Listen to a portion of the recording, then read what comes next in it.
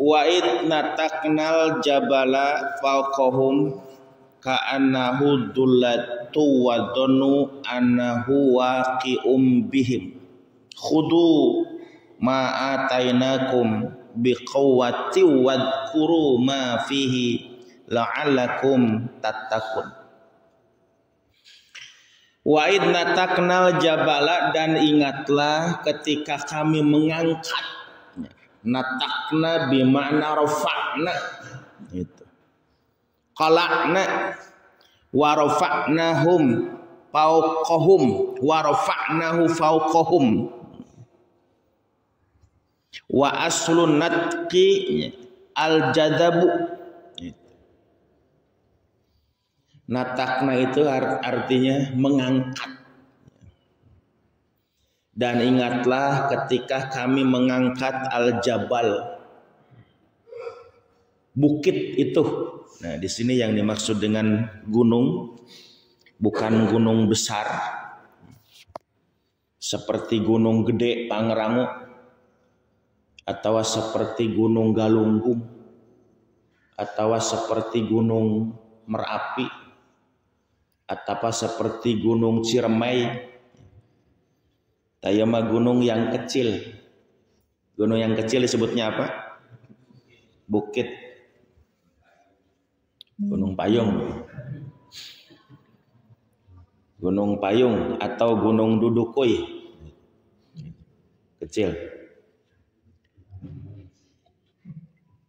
Gunungan. Nah, sering disebut bukit. Dan yang dimaksud adalah Bukit Sinai. Yang di ayat yang disebut Turi Sinin, Watini, Wasaituni, Waturi Sinin.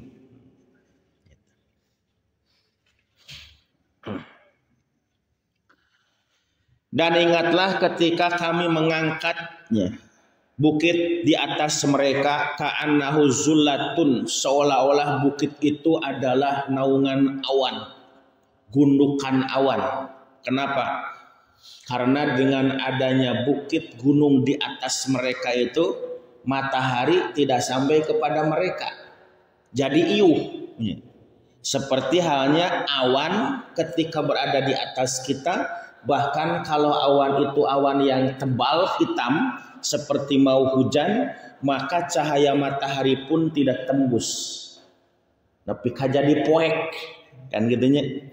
Lamun langit pinuh ku awan anu hideung lantaran rek hujan panon poe teh eueuh. Tidak tembus cahayanya. Kecuali hanya biasnya saja. Wa dhannu annahu waqi'um bihim, dan mereka menyangka bahwa gunung itu hampir saja menimpa mereka. Itu. Lalu Allah katakan kepada mereka, khudu ma atainakum biquwwati wadhkuru ma fihi la'allakum tattaqun.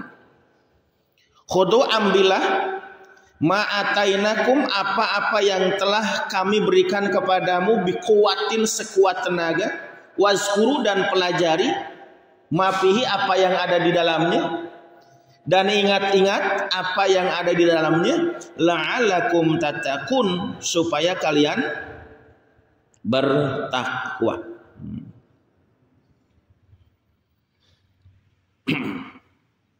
Nah, ini ayat masih bercerita tentang kisah siapa? Bani Israel. Nah, ketika Allah menyebutkan, ingat ketika kami angkat bukit itu di atas kepala kalian. Nah, kalau di sini bahasanya pakai hum, ya, mereka. Kenapa? Karena ayat ini sedang bercerita. Bercerita tentang siapa? Tentang orang-orang Bani Israel yang hidup di zaman Nabi Musa. Ini ayat diceritakan kepada siapa? Kepada orang Bani Israel juga, khususnya orang-orang Yahudi yang hidup di zaman Nabi Muhammad. Paham? Cak tak paham itu ya? Ngaji tafsir teh kitu sing ngarti ya. Jadi ini ayat bercerita tentang kelakuan orang-orang Bani Israel yang hidup di zaman Nabi Musa, diceritakan oleh Allah lewat Al-Quran, disampaikan oleh Nabi Muhammad Sallallahu Alaihi Wasallam kepada siapa? Kepada orang Bani Israel, khususnya orang Yahudi di zaman Nabi Muhammad Sallallahu Alaihi Wasallam. Ya, kalau kita kata Nabi Muhammad, ya ingat baheula kalakuan kolot maraneh tak kitu.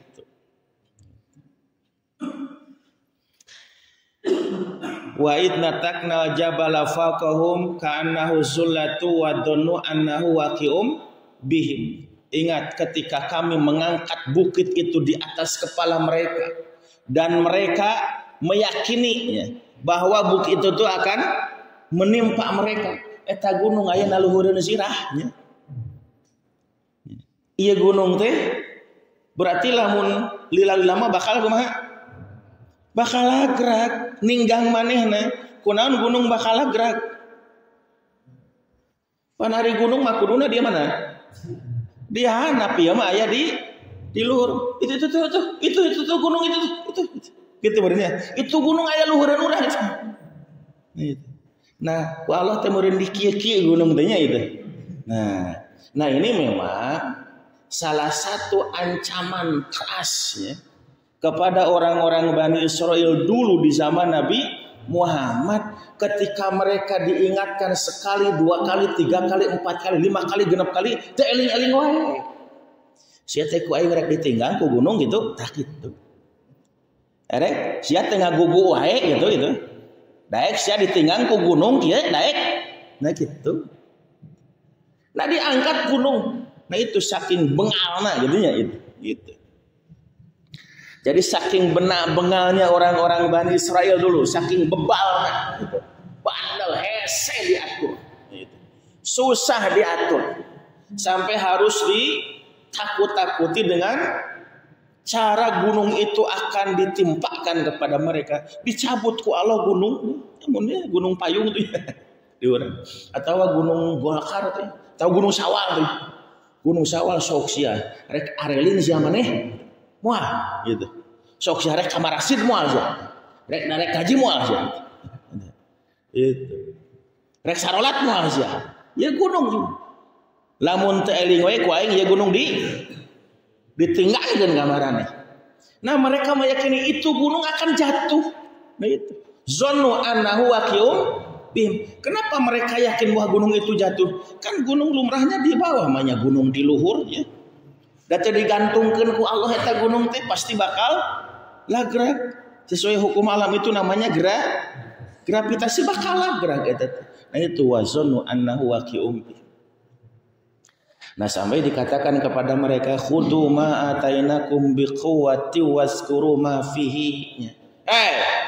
Ambil apa saja yang kami berikan kepada kalian di dalam kitab Taurat kepada nabimu Musa dan pegang teguh itu dengan kuat, pelajari isinya, singalarti sia, amalkeun ka dituna. Nah gitu maksudnya.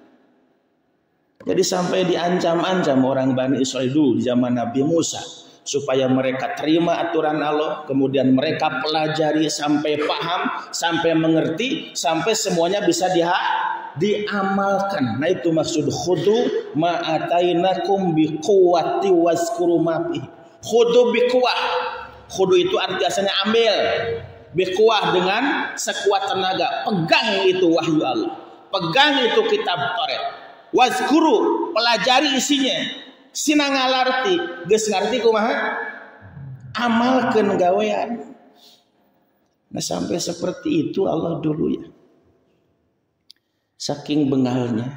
Nah ternyata kebengalan itu tidak sampai kepada mereka-mereka yang hidup di zaman Nabi Musa. Di zaman Nabi Muhammad oge sama barengal. Bahkan nepi ka ayeuna ge sarua di zaman Jokowi. Sarua. Nah jadi Allah waktu itu hendak menceritakan kepada mereka orang-orang Bani Israil zaman Nabi Muhammad. Kenapa? Supaya mereka bisa belajar. Nah dulu bapak-bapak mereka bengahnya seperti ini. Sampai Allahnya mengancam mereka mau ditimpakan gunung kepada mereka. Nah, kemudian setelah Allah mengingatkan mereka, khudhu ma atainakum biquwwati waskuru ma fihi. Kenapa Allah merintahkan ambil itu isi kitab, pelajari isinya, pahami semua pelajarannya, amalkan semua yang diperintahkannya. La'allakum tattaqun, supaya kalian bertakwa. Nah, sering saya sampaikan ya, tatakun kalau diartikan diterjemahkan takwa, nah itu belum menerjemahkan. Karena takwa itu masih bahasa Arab.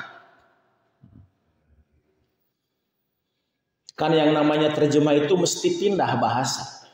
Dari bahasa asal ke bahasa yang lain. Tina Arab karena Sunda, tina Arab ke Indonesia, tina Arab karena bahasa Inggris, tina Arab karena bahasa Jepang, tina Arab karena bahasa Korea, tina Arab karena bahasa Cina, tina Arab ke bahasa Meksiko, tina Arab karena bahasa Perancis. Nah itu namanya terjemah, pindah. Nah kalau tatakun diartikan takwa belum menterjemah. Sarua bahasa. Nah makanya takwa itu sering diartikan apa? Terjaga, terpelihara. Nah, itu. Ya ayyuhalladzina amanu qu anfusakum wa ahlikum.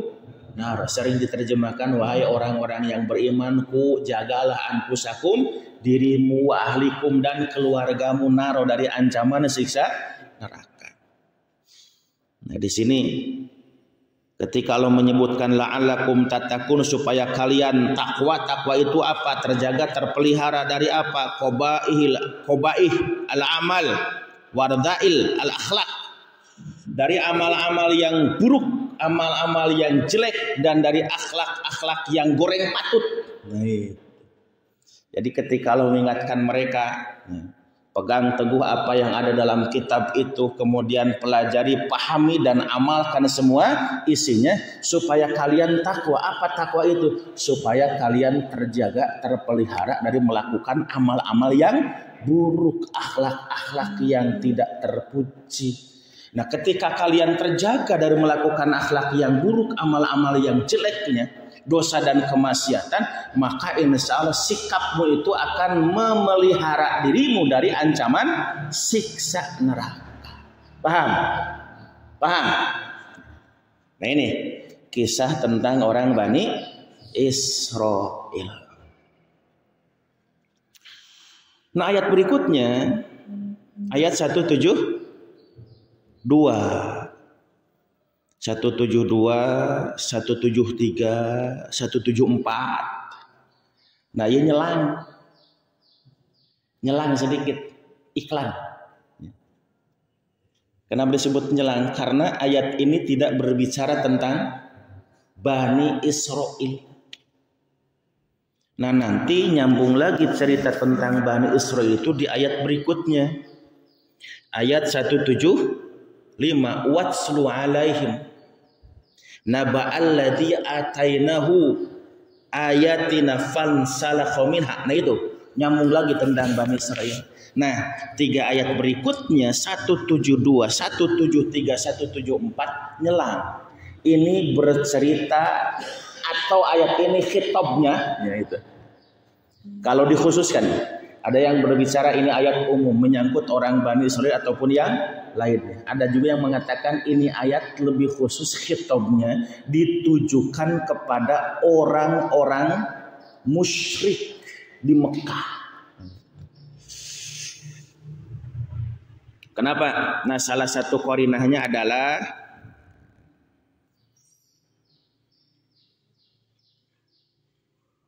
ayat 173 itu.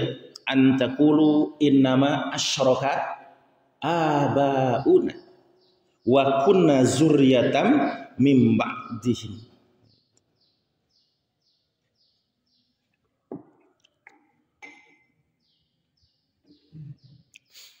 Wa id akhadha rabbuka, dan ingat pula ketika Akhada rabbuka, Tuhanmu, akhada mengambil, mimbani Adama, dari setiap anak keturunan Adam, min zuhurihim, dari punggung-punggung mereka, zurriyatahum, keturunannya, wa ashadahum ala anfusihim, dan kami mengambil persaksian dari mereka waktu itu.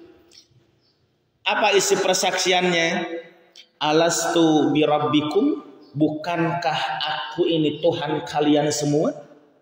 Qalu, maka keturunan-keturunan Adam itu berkata, syahidna, tentu saja ya Allah, kami semua bersaksi bahwa Engkau adalah Tuhan kami. Nah, kenapa Allah mengambil persaksian di situ? Nah, kalau ada pertanyaan ya, mengapa Allah mengambil persaksian di situ? Kata Allah, antakulu. Nah, ada yang menafsirkan antakulu teh bimana alla takulu, supaya kalian nanti tidak berkata. Atau juga ada yang mentafsirkan antakulu itu bimakna karahiyatan takulu, atau karohatan antakulu, khawatir, sieun, takut nanti kamu berkata. Nah, maksudnya sama ya, supaya nanti mereka tidak beralasan. Nah, jadi kenapa Allah mengambil perjanjian kepada anak-anak Adam, kepada anak keturunan manusia, dengan mengatakan alastu birabbikum, bukankah aku ini Tuhan kalian semua? Nah, alasannya kata Allah, antakulu yaumal qiyamati inna kunna an hadza ghafilin, supaya kalian nanti di hari kiamat tidak berkata bahwa kami lalai, lengah dari urusan ini. Paham maksud ayat ini? Nah, isi kandungan ayat ini adalah sebagaimana banyak dijelaskan oleh para ahli tafsir, ini merupakan sebuah janji primordial, ya, janji yang sangat asasi antara manusia dengan Allah Tuhannya,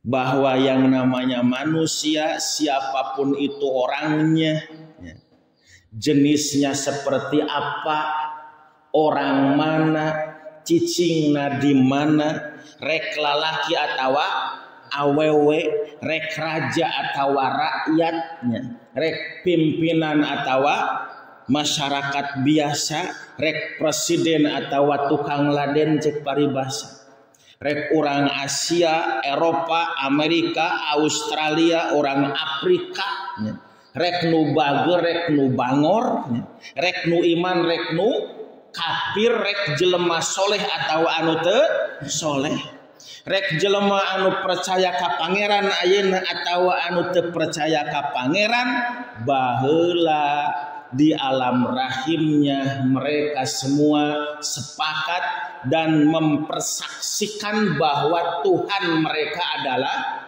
Allah. Sekelas Fir'aun sekalipun, sekelas Namrud di zaman Nabi Musa, Ibrahim sekalipun, sekelas ayeuna naonnya tuh si Ariel Sharon sekalipun, Benyamin Netanyahu sekalipun, sekelas Mao Zedong sekalipun, orang-orang yang tidak percaya sama Tuhan sekalipun, mereka sebelum lahir di alam rahimnya sudah bersaksi bahwa Tuhan itu adalah bertauhid. Makanya Nabi mengatakan dalam hadis itu, mamin mauludin illa yuladu alal fitrah. Tidak ada seorang pun yang maulid itu naon? yang dilahirkan. Tidak ada seorang manusia pun yang lahir ke dunia illa yuladu alal fitrah, kecuali mereka dilahirkan dalam keadaan fitrah. Apa fitrah itu? Nah di sini maknanya fitrah akidahnya. Tidak kafir dan tidak musyrik. Tidak kotor akidahnya dengan kekufuran dan kemusyrikan. Siapa? Semua manusia itu. Kata Nabi, semua manusia yang lahir gitu, lahir dalam keadaan fitrah apa? Beragama Islam. Bertauhid kepada Allah. Tidak ada yang kafir, tidak ada yang musyrik. Hatta tadi orang-orang yang ketika lahir ke dunia kemudian mereka menjadi kafir musyrik, nah pas lahir itu mereka lahir dalam keadaan fitrah. Kabeh oge siga Firaun, siga Namrud, siga Mo Cetung tadi, siga Benyamin Netanyahu, siga Ariel Sharon, siga penjahat-penjahat kelas kakap itu. Siga jelema-jelema anu ayeuna kalakuanana kahirupanna calon pinarakaeun gitu. Nepi ka ngaku teu percaya ka pangeran keur lahir nama fitrah muslim. Kenapa mereka lahir dalam keadaan muslim? Karena sebelum lahir pun mereka sudah muslim. Itu ayatnya.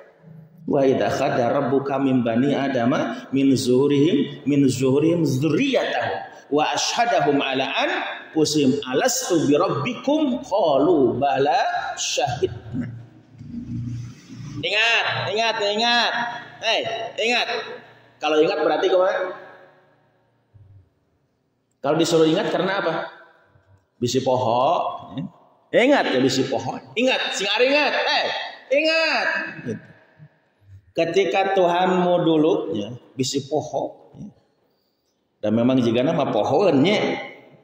Jika nama pohon beda alam eta teh. Orang geus sarua gitu nya. Orang ingat teh baheula keur di alam rahim teh pernah bersyahadat di hadapan Allah. Tuh ingat. Maka diingatkan, ingat. Ketika setiap manusia yang ada dalam rahim ibunya mau dilahirkan, akhadha rabbuka min bani adama min zuhurihim dzurriyyatahum. Allah mengambil dari punggung-punggung mereka itu keturunan mereka, maksudnya ini Allah menceritakan tentang proses penciptaan manusia itu. Kalau di surat Al-Tariq itu yakhruju min bainis sulbi wat taraib. Nah, artinya calon pi manusia diambil rek dijieun jelema kemudian disimpan di dalam rahim ibunya. Maka disitulah Allah mengambil perjanjian atau mengambil persaksian dari mereka. Wa ashhadahum ala anfusihim. Kami mengambil persaksian dari mereka. Apa isinya tadi? Alastu bi rabbikum. Aku Tuhan kalian bukan? Bukankah aku ini Tuhan kalian semua?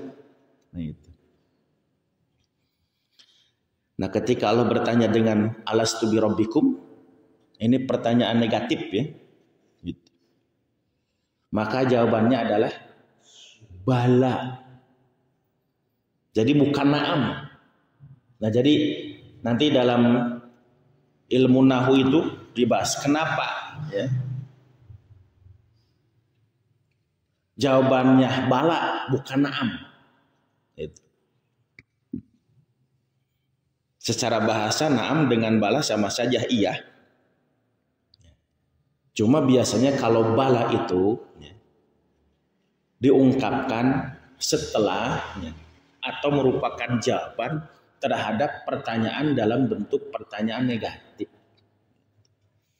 Seperti di surat Al-Baqarah ayat 260 ya. Wa idh qala Ibrahimu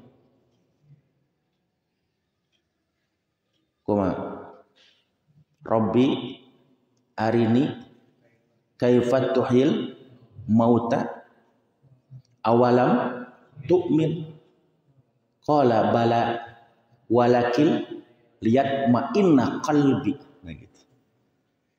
Ingat ketika Nabi Ibrahim dulu pernah meminta kepada Allah, Rabbi arini kaifa tuhyil maut. Ya Allah, demonstrasikanlah kepadaku. Nah itu bahasa Jawanya. Tolong perlihatkanlah kepadaku. Menurut orang mah, ya Allah coba demolah kalian. Demolah engkau di hadapanku. Bagaimana caranya engkau menghidupkan orang yang mati.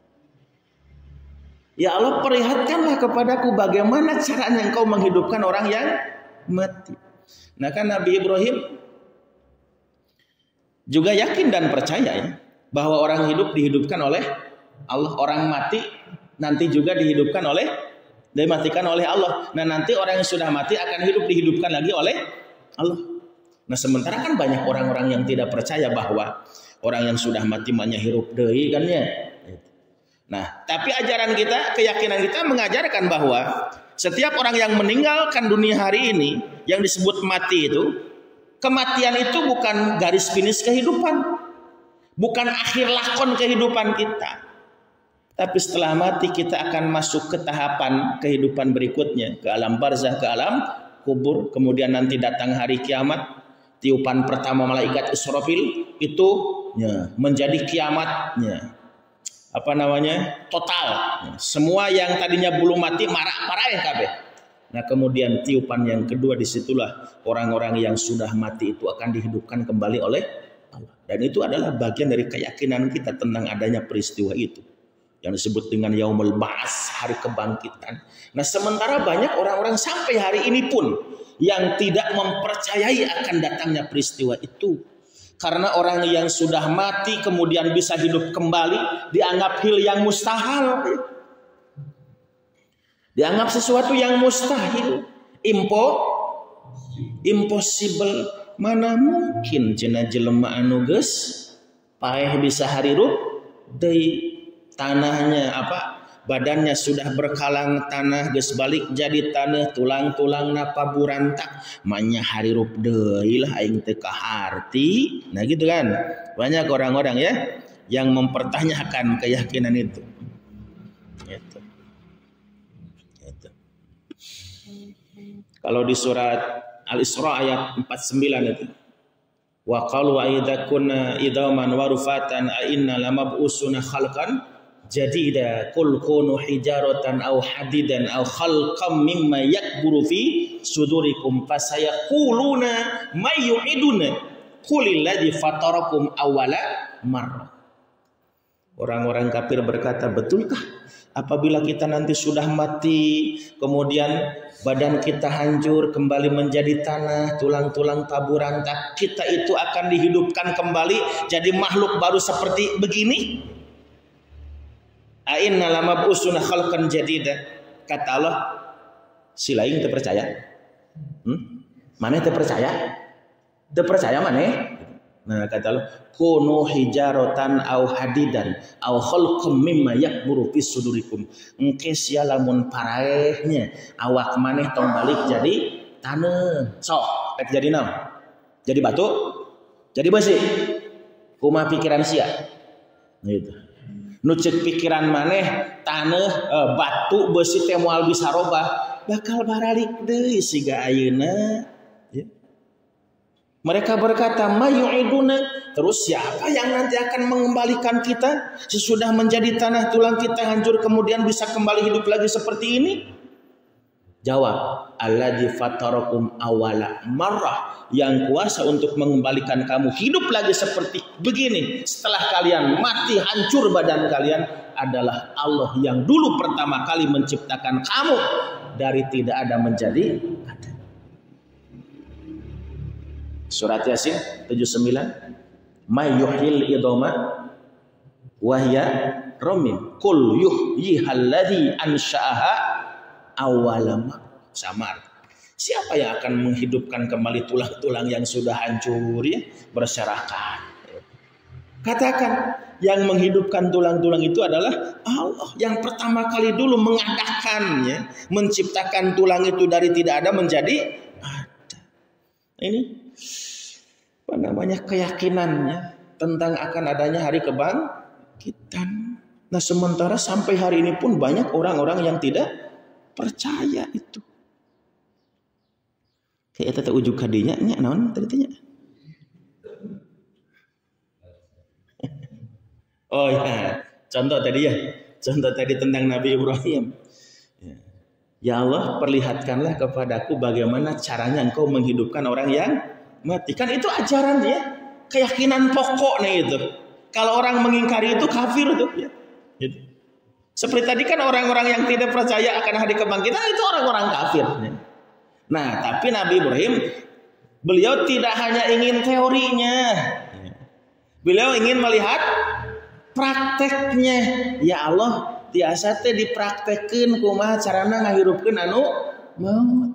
Kata Allah ditanya, "Awalam tu'min?" Ibrahim, kamu tidak percaya? Gitu. Kamu tidak percaya? Nah, maka dijawab bagaimana? Bala. Gitu. Bukan na'am.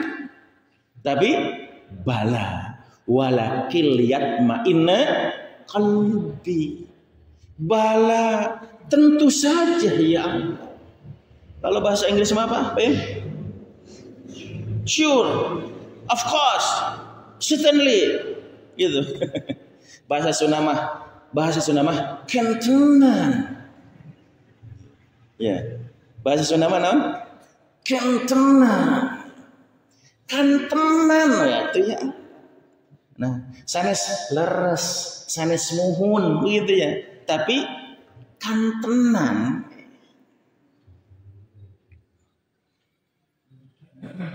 Nah, itu jadi bahasa bala itu ya. Jawaban yang disampaikan ketika yang bertanya menggunakan ungkapan negatif.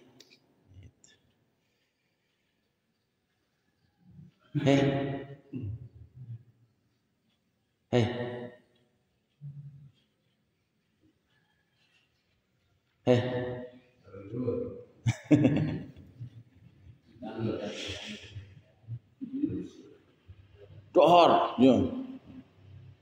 Dohor, cecelebekan. Padahal geus beak 2 piring itu. Ari maneh can wareg. Gitu ya. Ari maneh can wareg. Gitu. Kumaha ngajawabna? Kan tenan. Jadi dengan pertanyaan-pertanyaan negatif. Gitu. Nah kembali ke ayat ini. Nah jadi ketika di alam rahim, ya, setiap calon-calon manusia yang akan lahir ditanya oleh Allah dengan ungkapan alastu birabbikum, bukankah aku ini Tuhan kalian semua? Maka jawabannya adalah bala syahidna. Oh pasti ya Allah, of course. Itu kan tenan we Gusti, abdi sadaya yakseni, kami semua bersaksi bahwa Engkau adalah Tuhan. Nah itu semua orang sudah mempersaksikan Allah sebagai Tuhannya. Makanya kata Nabi tadinya, mamin mauludin illa yuladu alal fitr. Karena orang sebelum lahir sudah muslim, sudah fitrah akidahnya, dia bukan orang kafir, bukan orang musyrik, maka ketika lahir pun agamanya fitrah. Dia lahir tidak menjadi kafir, dia lahir tidak menjadi musyrik, tapi lahir sebagai muslim. Tapi kunaon cenah ayeuna ya, jelema jadi kalafir, jadi musyrik kusaha eta? Nah, kata Nabi tadi, lingkunganlah yang akan mempengaruhi mereka yang tadinya berakidah tauhid menjadi musyrik, yang tadinya meyakini Allahnya adalah Tuhannya adalah Allah, kemudian mengingkari ketuhanan Allah. Itu karena lingkungan. Lingkungan keluarga adalah ibu bapaknya.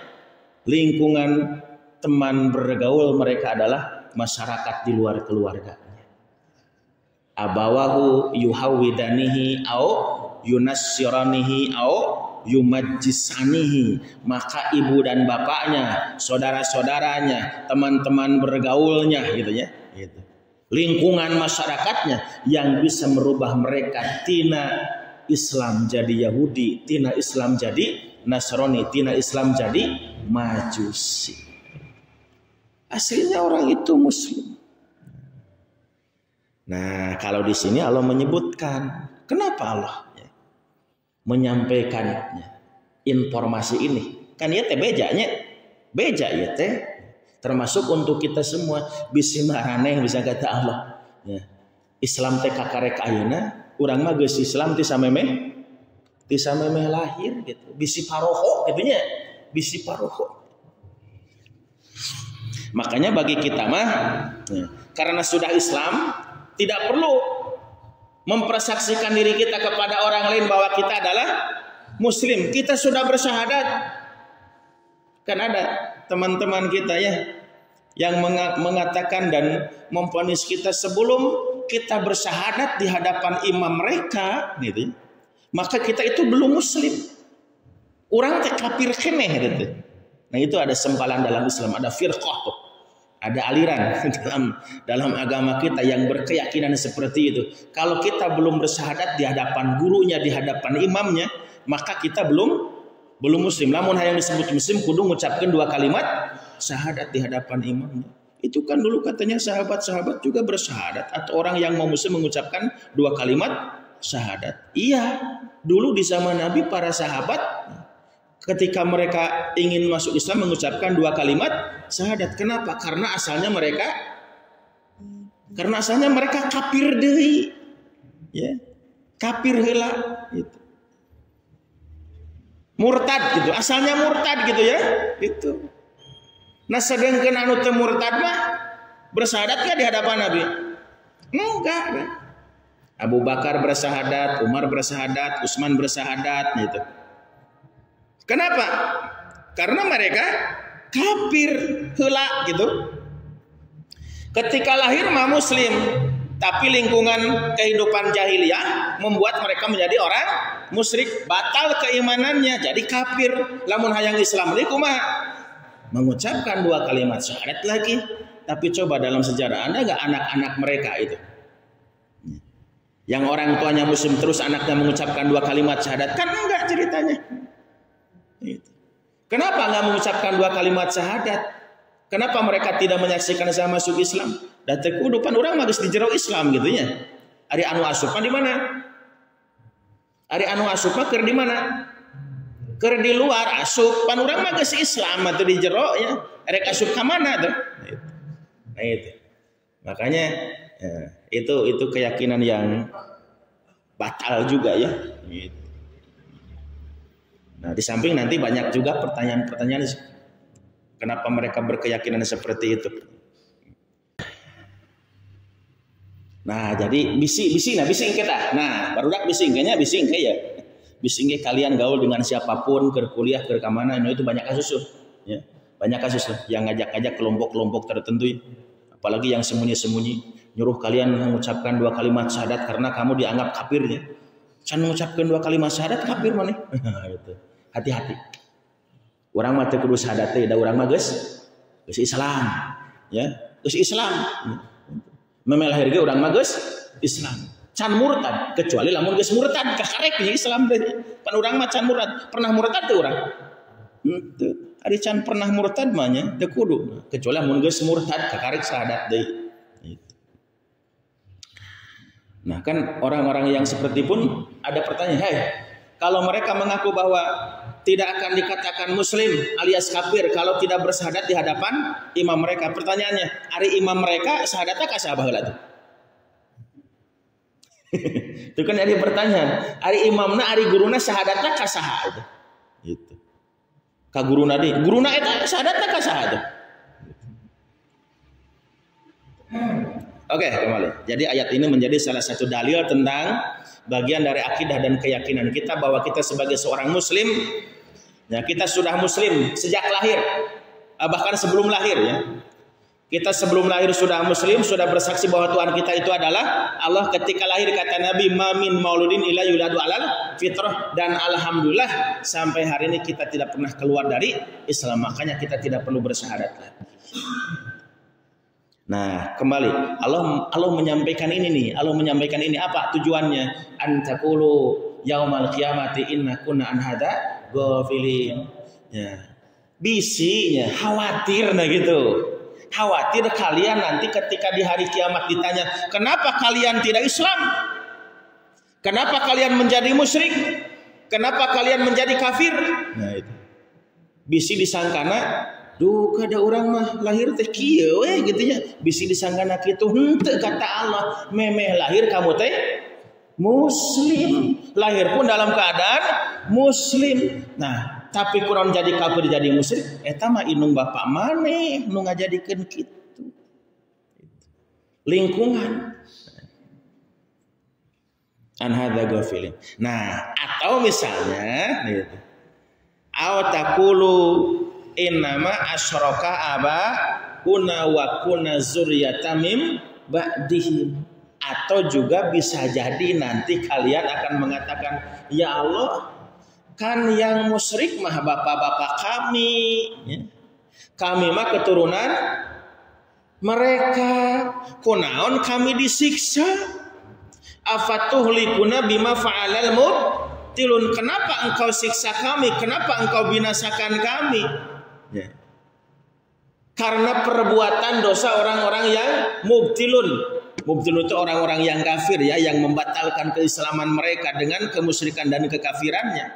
Kenapa orang tua kami yang kafir, kami yang disiksa itu?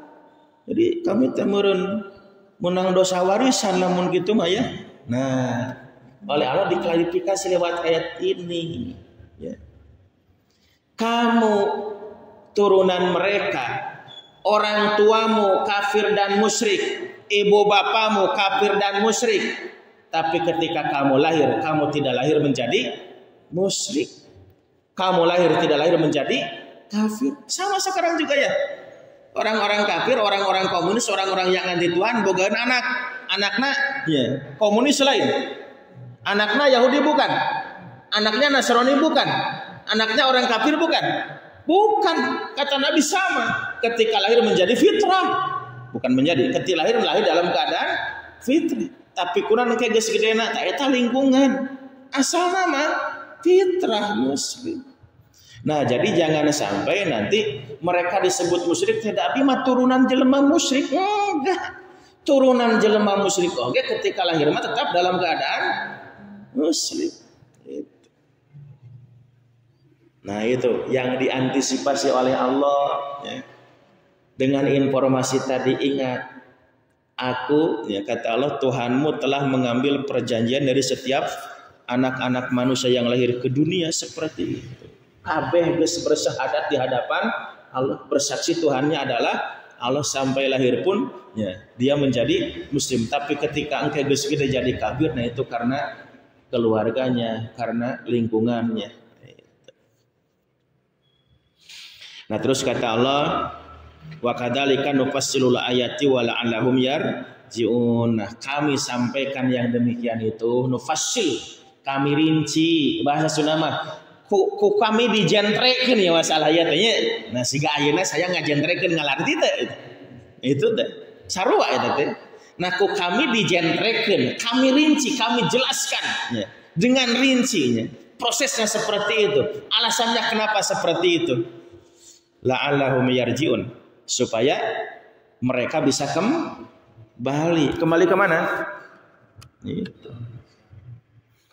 Bisa kembali kepada kebenaran. Nah, di sini ditafsirkan ya, yarji'un kembali anit taklid ya, wattiba'il batil. Mereka kembali dari kebiasaan taklid ya, kepada ittiba, dari mengikuti yang batil menjadi mengikuti yang hak. Tina kafir jadi iman, tina musyrik jadi bertauhid. Nah, saya tadi katakan ini ayat bercerita tentang siapa? Bukan orang Bani Israel yang ini mah. Ya, bercerita tentang orang-orang musyriknya. Khitab awalnya itu adalah orang musyrik di zaman Nabi, yang mereka diajak untuk beriman kepada Allah. Sama susahnya gitu ya. Sama susahnya. Tidak mudah mengajak orang-orang musyrik di Mekah dulu untuk beriman kepada Nabi, untuk bertauhid, ikut ajaran Allah yang sebenarnya. Gitu. Untuk meninggalkan kemusyrikan, meninggalkan mereka, kebiasaan mereka menyembah berhala, itu tidak mudah. Tidak mudah. Nah, Allah ceritakan di sini. Nah, pertanyaannya, kunaon tilu ayat di dia diselapkeun nya. Diselapkeun di antara ayat-ayat yang bercerita tentang kisah Bani Israel. Tahir Ibnu Asyur itu pakarnya Tanasubul ayat menjelaskannya. Ya. Saya sering sampaikan juga bahwa ketika ayat dalam Quran satu surat ke surat berikutnya, satu ayat ke ayat berikutnya, ayat sebelumnya, sesudahnya, ayat yang sedang dibahas, itu semuanya mesti ada keterkaitan. Walaupun nampak tidak nyambung, pasti nanti ada ketemunya. Ya, garis merahnya di mana? Benang merahnya di mana? Pasti bakal papangi ya, Dr. Saya sering sampaikan tuh. Contoh di surat Al-Baqarah ayat 286 bercerita tentang doa. Wa idza sa'alaka ibadi anni fa ini qaribun. Itu ayat disimpan oleh Allah di tengah-tengah ayat yang bercerita tentang apa?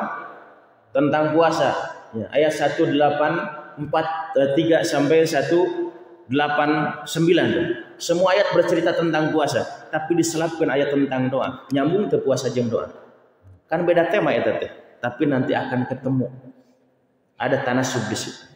Di surat Al-Baqarah 238 239 ayat tentang salat, hafidhu 'alas sholawati was sholatil wusta, itu diselapkan oleh Allah di ayat yang bercerita tentang rumah tangga ya, tentang perkawinan. Mulai ayat 221 wala tankihul musyrikati hatta yumin sampai ayat 242 itu. Di tengahnya ada dua ayat tentang salat. Nyambung ke rumah tangga dengan salat. Nanti akan ketemu ada tanasub di situ.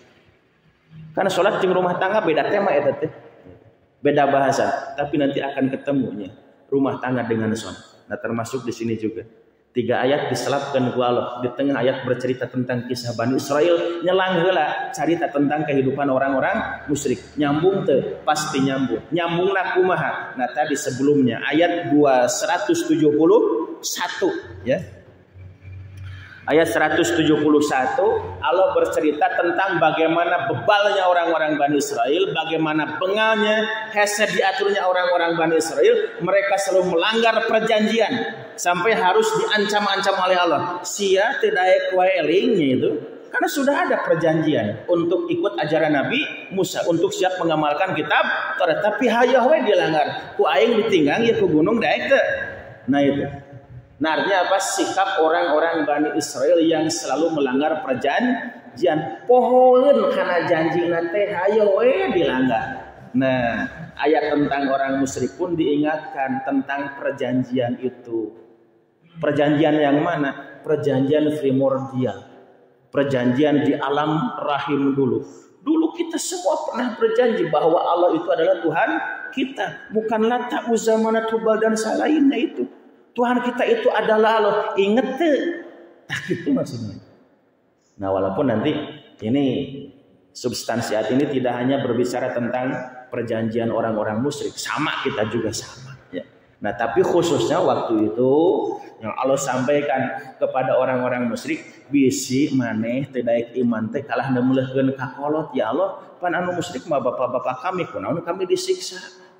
Maneh memeh lahir oge maneh teh geus Islam poho deui maneh teh geus Islam gitu gitu ya. Nah, bisi ya, mereka mengingkari janji itu padahal mereka sudah bersaksi di hadapan paham.